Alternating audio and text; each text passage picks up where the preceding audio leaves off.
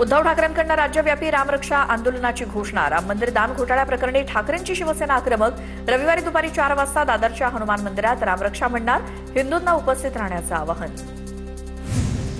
राम मंदिराची चिंता उद्धव ठाकरेंनी करू नये। ठाकरे नमाजऐवजी रामरक्षेची आरती घेतायत, त्यांचं अभिनंदन। देवयानी फरांदे यांची टीका।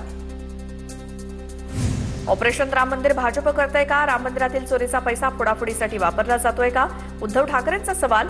मंदिरं लुटणाऱ्यांना हिंदू जागा दाखवल्याशिवाय राहणार नाही, उद्धव ठाकरेंचा इशारा। उबाठाला आता राम आठवलाय, भाजप नेते राम कदमांची टीका। उद्धव ठाकरेंना रामावर बोलण्याचा काय नैतिक अधिकार? कदमांचा सवाल। तर काही हिंदुत्व नाही, ही नौटंकी, राम कदम यांची टीका। आंदोलनानं महाराष्ट्राला जागं करेन, मग अयोध्येला जाईन। मी अयोध्येला तर जाईनच, उद्धव ठाकरे यांची प्रतिक्रिया। उद्धव ठाकरेंनी प्रभू राम आणि हिंदुत्वासाठी भूमिका घेतली तर आम्हाला दुःख नाही, पण राजकारणासाठी करायचं असेल तर त्याचा उपयोग नाही, प्रवीण दरेकर यांची टीका। हाफकिन कंपनीचं खासगीकरण करण्याचे प्रयत्न असल्याची चर्चा। 1000 कोटींच्या निधीचं काय झालं? ज्योती गायकवाडांचा सवाल। तर हाफकिन खासगी तत्वावर चालवण्याचा विचार नाही, भागीदार तत्वावर संस्था चालवण्यासाठी जाहिरात, झिरवाळांचं उत्तर। साकेनाक्यात मॅनहोलमध्ये पडून एकाचा मृत्यू झाल्याप्रकरणी गुन्हा दाखल। पालिकेच्या तक्रारीनंतर कंत्राटदार आणि कामगारावर गुन्हा दाखल। कामात निष्काळजीपणा केल्याचा ठपका, दोघांवरती गुन्हे दाखल। मुंबईच्या महापौरांनी मुंबईकरांची माफी मागावी। झाडं कोसळतायत, मुलांना शाळेत पाठवायला भीती वाटते। मुंबईची इतकी वाईट परिस्थिती मी आजपर्यंत कधी पाहिली नव्हती, आमदार रईस शेख यांची मुंबई महापालिकेवर टीका। रोहित पवारांनी साकेनाका मॅनहोल दुर्घटनेतील मृतांच्या कुटुंबियांची भेट घेतली। काल साकेनाका इथे मॅनहोलमध्ये पडून असलम शेख यांचा दुर्दैवी मृत्यू झाला होता। राष्ट्रवादी पक्ष नव्हता, टोळी होती। महायुतीच्या नेत्यांनी या टोळीपासून सावध राहावं, सदाभाऊ खोतांचा सल्ला। तर पवारांची राष्ट्रवादी आता फुटायला लागली। ऑपरेशन तुतारीवर सदाभाऊ खोतांची प्रतिक्रिया। महाराष्ट्र एप्स्टेन फाईल्स या सिनेमावरती रुपाली चाकणकरांचा कारवाईचा इशारा। प्रकरण कोर्टात असताना त्यावरती सिनेमा येऊच कसा शकतो? दिग्दर्शकाला नोटीस पाठवणार, चाकणकरांची प्रतिक्रिया। तर आम्ही कायदेशीर लढाई लढणार आणि जिंकणारच, रुपाली चाकणकरांनी दिल्ली कोर्टामार्फत पाठवलेल्या नोटिशीवर रुपाली ठोंबरेंचं वक्तव्य। 10 जुलैला दिल्ली कोर्टात भेटू, रुपाली ठोंबरेंची प्रतिक्रिया। टोल भरण्याच्या वादातनं माजी आमदार आणि कर्मचाऱ्यांमध्ये वाद। माजी आमदार शरद पाटलांचा धुळे सोलापूर मार्गावरील टोल नाक्यावरती वाद। माजी आमदारांना टोलमधनं सूट असल्याचा शरद पाटलांचा दावा। अमरावती मनपाचे ठाकरेंचे नगरसेवक संजय कव्हाळेंवरती गुन्हा दाखल। मनपाचे स्वच्छता अधिकारी अजय जाधव यांना शिवीगाळ केल्याप्रकरणी गुन्हा दाखल। प्रशासकीय कामात अडथळा निर्माण करून शिवीगाळ आणि मारहाणीची धमकी दिल्याचा आरोप। कल्याणमधील शिंदे सेनेचे नगरसेवक मधुकर म्हात्रेंना मारहाण। मधुकर म्हात्रेंना मारहाण करत भावावर धारदार शस्त्रानं हल्ला। आरोपी आकाश जयस्वाल यानं म्हात्रेंवर हल्ला केला। हल्ल्यात मधुकर म्हात्रे किरकोळ जखमी तर त्यांचा भाऊ गंभीर जखमी। वाय+ सुरक्षा बाजूला करून खासदार आष्टीकरांनी मतदारसंघात फिरावं। ऑपरेशन टायगरची प्रचिती त्यांना अनुभवता येईल।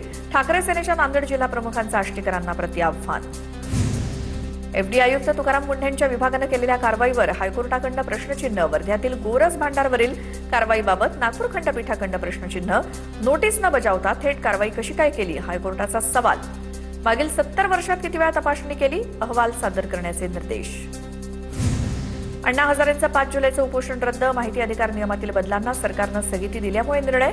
केवळ स्थगिती नको, नवे नियम रद्द करा, अण्णा हजारेंची मागणी। नांदेड महापालिकेच्या सभेनंतर नगरसेवकांना शाही मेजवानी। नगरसेवकांसह अधिकाऱ्यांना कर्मचाऱ्यांना मटणाची मेजवानी देत लाखोंची उधळपट्टी केली। सभेसाठी मनपा प्रशासनानं लाखो रुपयांचा वॉटरप्रूफ मंडप उभारला।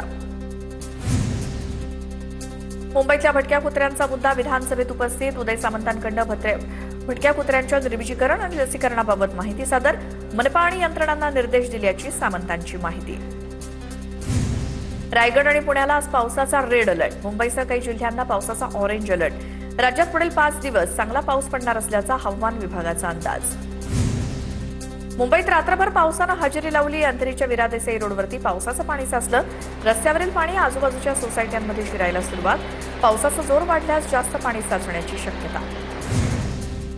वसई पूर्वेतील एव्हरशाईन सिग्नलचा रस्ता पाण्याखाली। सिग्नल जवळ पाणी साचल्यामुळे सिग्नल व्यवस्थाही बंद। सिग्नल बंद असल्यामुळे वाहतूक कोंडी। सायन प्रतीक्षानगरच्या कर्मवीर भाऊराव पाटील शाळेजवळ रस्ते जलमय। विद्यार्थी आणि शिक्षकांवरती पाण्यातून वाट काढण्याची वेळ। यानंतर पुन्हा पाहूयात बातम्या सुपरफास्ट. मुंबईसह ठाण्यात पावसाची संततधार. ठाण्यात 3 हातनाका परिसरात पावसाची हजेरी. जोरदार पावसानं वातावरणात गारवा निर्माण झाला. कळव्यातील मनीषा नगरमध्ये रस्त्याच्या मधोमध झाड कोसळलं. सुदैवानं कोणतीही जीवितहानी नाही. झाड कोसळल्यामुळे रस्त्याच्या दुतर्फा वाहतूक कोंडी. आपत्ती व्यवस्थापन कक्षाचे कर्मचारी घटनास्थळी. झाड बाजूला करण्याचं काम सुरू. ठाण्यात चंदनवाडी परिसरात झाड कोसळलं. चंदनवाडीच्या मुख्य रस्त्यावरती झाड कोसळल्यामुळे नागरिकांची गैरसोय. TV9 मराठीच्या बातमीनंतर प्रशासनानं झाड बाजूला केलं. कल्याण डोंबिवलीत पावसाची संततधार. आज पहाटेपासून कल्याण डोंबिवलीत पुन्हा पावसानं हजेरी लावली.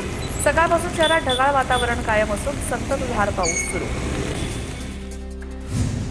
पावसामुळे विरार लोकल 15 मिनिटं उशिरानं. विरार प्लॅटफॉर्मवरती प्रवाशांची प्रचंड गर्दी.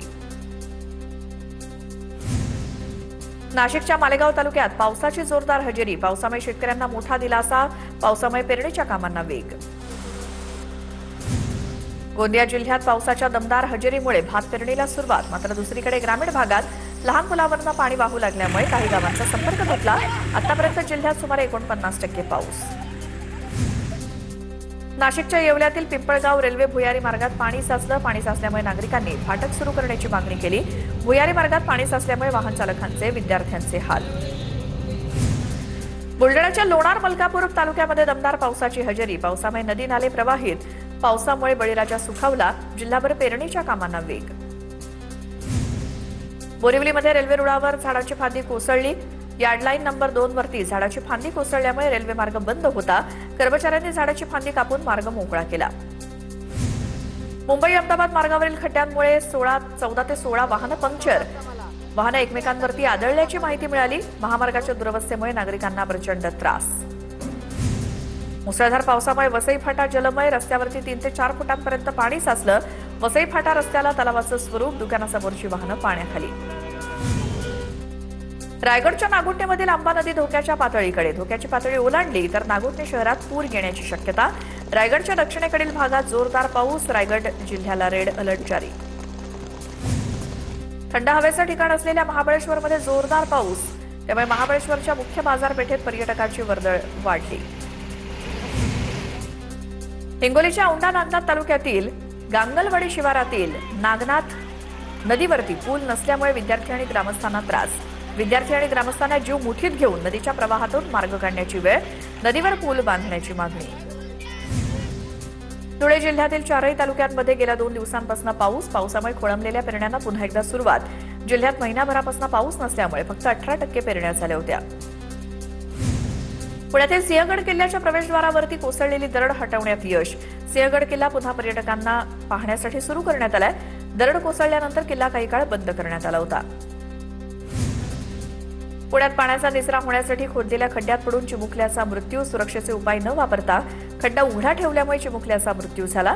पुण्यातील लोणी काळभोर परिसरातली घटना. पुणे पालिका प्रशासनाचं अक्षम्य दुर्लक्ष. वाहतूक नियमांचं उल्लंघन करणाऱ्या वाहन चालकांना इंदापूर पोलिसांचा दणका. आवाज करणारे सायलेन्सर जप्त. गाड्यांवरच्या फॅन्सी नंबर प्लेट हटवल्या. 9 मोटरसायकल धारकांकडून एकूण 11,000 रुपयांचा दंड वसूल. दरोड्याच्या तयारीच्या गुन्ह्यात अटक करण्यात आलेल्या 13 वर्षांच्या मुलाला 20 वर्षांचा दाखवून 5 महिने जेलमध्ये ठेवलं. अल्पवयीन मुलाच्या प्रकरणी तपासी अधिकाऱ्याला न्यायालयाकडून नोटीस. संगमनेर शहर पोलिसांच्या कारभारावरती गंभीर प्रश्नचिन्ह. गडचिरोली पोलिसांनी 26 लाखांचा अवैध दारू साठा जप्त केला. गडचिरोली जिल्ह्यातील आरमोरी इथे पोलिसांची धाड. धाडीत 3 चारचाकी आणि 1 दुचाकी हस्तगत. पोलिसांनी दोघांना बेड्या ठोकल्या. पाडावासियांनी लोकवर्गणीतनं बसवलेले सीसीटीव्ही कॅमेरे 2 वर्षांपासून बंदच. भर दिवसा घरफोडी, चोरी, अपहरण आणि मारहाणीसारखे गुन्हे वाढले. कॅमेरे सुरू करण्यासाठी पाडावासियांनी एकत्र येण्याची गरज. भंडारा शहरात रस्त्यांची अवस्था बिकट. भूमिगत गटार योजनेच्या संथ कामाचा नागरिकांना मोठा फटका. वर्दळीच्या मुख्य रस्त्यावरती चिखलाचं साम्राज्य. चिखलमय रस्त्यामुळे नागरिकांचा संताप. छत्रपती संभाजीनगर मुंबई विमानसेवा बंद होण्याच्या मार्गावर. संध्याकाळची इंडिगोची सेवा मुंबईऐवजी नवी मुंबई विमानतळावरती वळवली. नवी मुंबई विमानतळावर स्थलांतराचा प्रवासी संख्येला फटका. इंडिगोची संध्याकाळची सेवा बंद होण्याची शक्यता. जालन्यामध्ये 318 वर्षांनंतर पहिल्यांदाच मुक्ताईचा रिंगण सोहळा पार पडणार. 5 जुलैला जालन्यातील JES महाविद्यालयाच्या मैदानावरती होणार रिंगण सोहळा. या सोहळ्याची जालनाकरांना उत्सुकता. रिंगण सोहळ्यासाठी प्रशासनाकडून तयारीला सुरुवात.